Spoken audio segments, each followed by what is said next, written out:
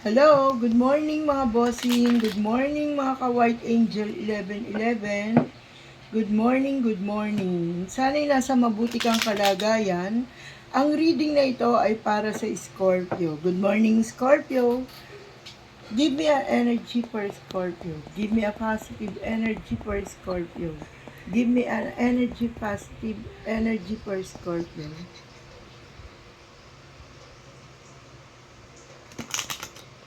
This is a timeless reading. Kung kailan mo ito mapanood at makapulot ka ng positive energy, please kung makaresonate ka, please comment down at mag-subscribe ka rin sa aking channel.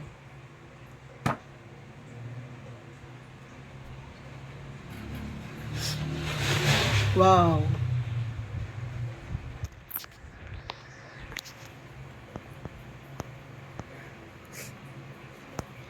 Sinasabi rito, Scorpio, na ano ba to? Nagpapagawa ka ng bahay?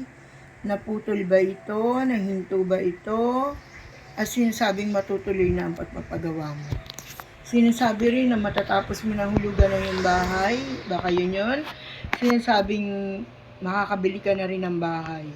Marami kasing meaning, no? Lumabas kasi siya eh.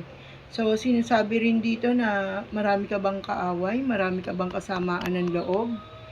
Marami bang may galit sa'yo? O marami kang kagalit? O ikaw ang nagagalit sa kanila? Sinasabi rin dito na malapit nang dumating ang iyong pagbabagong buhay. Pagbabago ng iyong buhay.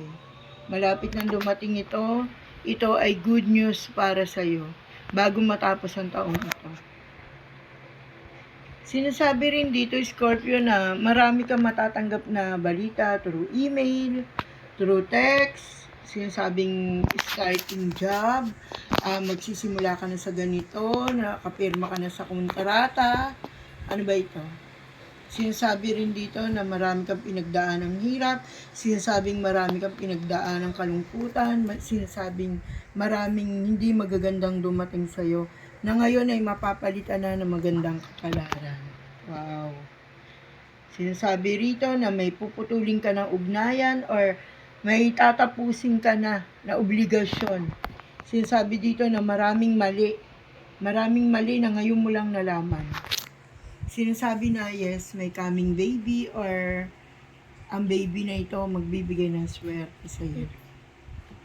Sinasabing Scorpio, huwag ka raw mag-alala sa kung ano man na nangyayari ngayon.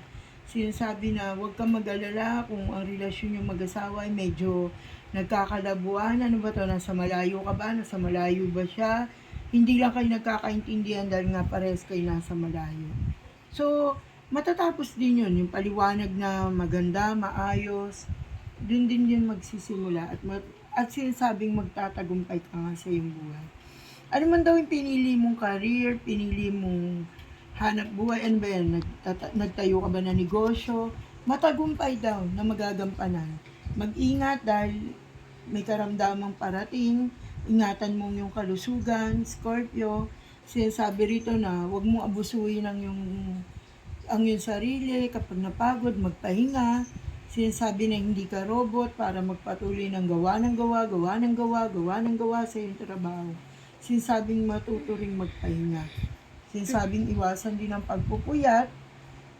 Kung sa gabi naman ang iyong trabaho, medyo minom-inom ka ng vitamins. Kasi nakikita ko rito na malapit ka sa karamdaman. Sinasabi ang usaping pera ay magiging maayos ngayon bago matapos ang taong ito. Sinasabi na kung ano may nagdaan na kulang, ay masusolusyonan na ito ngayon. Sinasabi rin dito na maraming kang balita, maraming good news, maraming paparating sa'yo na opportunity, maraming mag-o-offer sa'yo ng magagandang bagay. Grab, claim mo ang mga to. Claim mo dahil para ito sa'yo. Bigay ito sa'yo ni universe. Bigay ito sa'yo ng divine. Sinasabi dito na marami kang rarakitin, marami kang magiging trabaho. Good job. Sinasabi dito na nagmumuni-muni ka, marami kang minamanifest sa buhay mo, marami kang hinahangad, marami kang pinapangarap. Go on. Sinasabi na magtatagumpay ka, sinasabi na mapapasayo ito. Sinasabi dito na ano ba ito? Nanay mo ba ito? Or lola mo ba ito?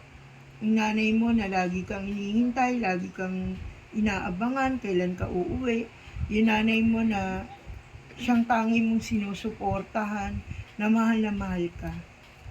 Sinasabi rin dito na maraming nangangailangan ng iyong tulong, maraming nangangailangan ng iyong gagawin, marami dito na sinasabi na maraming natutuwa dahil masipag ka sa trabaho, masikap ka, sinasabi na patuloy ka nilang kukunin ang serbisyo mo dahil gusto ka nila. Ikaw kasi yung tinatawag na hard working na pag nasimulan mo na, kailangan matapos mo ito. Kailangan magampanan mo ito. Gusto mo pulido na trabaho, Scorpio. Kung makaresonate ka, please comment. At sinasabi rin dito na masyado kang masipag, isa kang leader, isa kang matapang na pinuno na sinasabing masyadong disiplinado. Yan ang yung pagkatao. Kung sa pag-ibig, isa kang tapat na mangingibig, Scorpio. Ibibigay mo ang lahat sa taong minamahal mo. Walang hindi mo ibibigay, walang hindi mo kaya. Isa kang mabuting mangingibig. At sinasabing nga, ganun din siya sa'yo. Mahal ka rin niya. Sinasabing marami kayong pag-uusapan, marami kayong aayusin, maraming dapat simulan. Yan ang mga nakikita ko sa iyong bara ngayon bago matapos ang taong to. At sinasabing magiging masayang-masaya kayo. Sinasabi rin dito na isa kang mabuting tao dahil hindi mo pinagkakait ang yung tulong na kailangan ng iba. Sinasabi rin dito na marami ka natulungan na mga nahihirapan. Marami kang taong dahil nga isa kang pinuno, marami sa mga nasa ibaba mo ang mga natulungan mo. Maraming nagmamahal sa'yo dahil isa kang makatao. Sinasabi na isa kang good leader. Isa kang, kung tumatakbo ka man na barangay, ano ba to, kagawad, chairman, karapat-dapat sa iyan. Kung ikaw ay babae, mabuti kang nanay sa loob ng tahanan. Mabuti kang magdisiplina sa iyong mga anak. Sinasabing maraming nangangailangan na lumalapit sa iyo. Siguro nga dahil yan ang trabaho mo. Isa kang barangay official, isa kang konsehal, isa kang mayor, ano ka ba? Basta politician na nakikita ko dito. Ayan. At sa iyong minamahal, sinasabi na nandyan lang siya sa'yo, nakasubaybay, at nakasuporta. Ang ganda-ganda ng reading mo, Scorpio. Dahil isa kang tunay na makataong makabayan, sinasabi ko rito na tapos niya yung mga nagdaan mong kalungkutan. Yun nga, siguro dahil politiko ka nga, kasi maraming lihim na nagagalit at kaaway. Siguro ayaw nila malamangan mo, ayaw nila na nasasapawa mo sila. Ganun pa man, sinasabing ingatan mo ang iyong kalusugan. Bye-bye, Scorpio!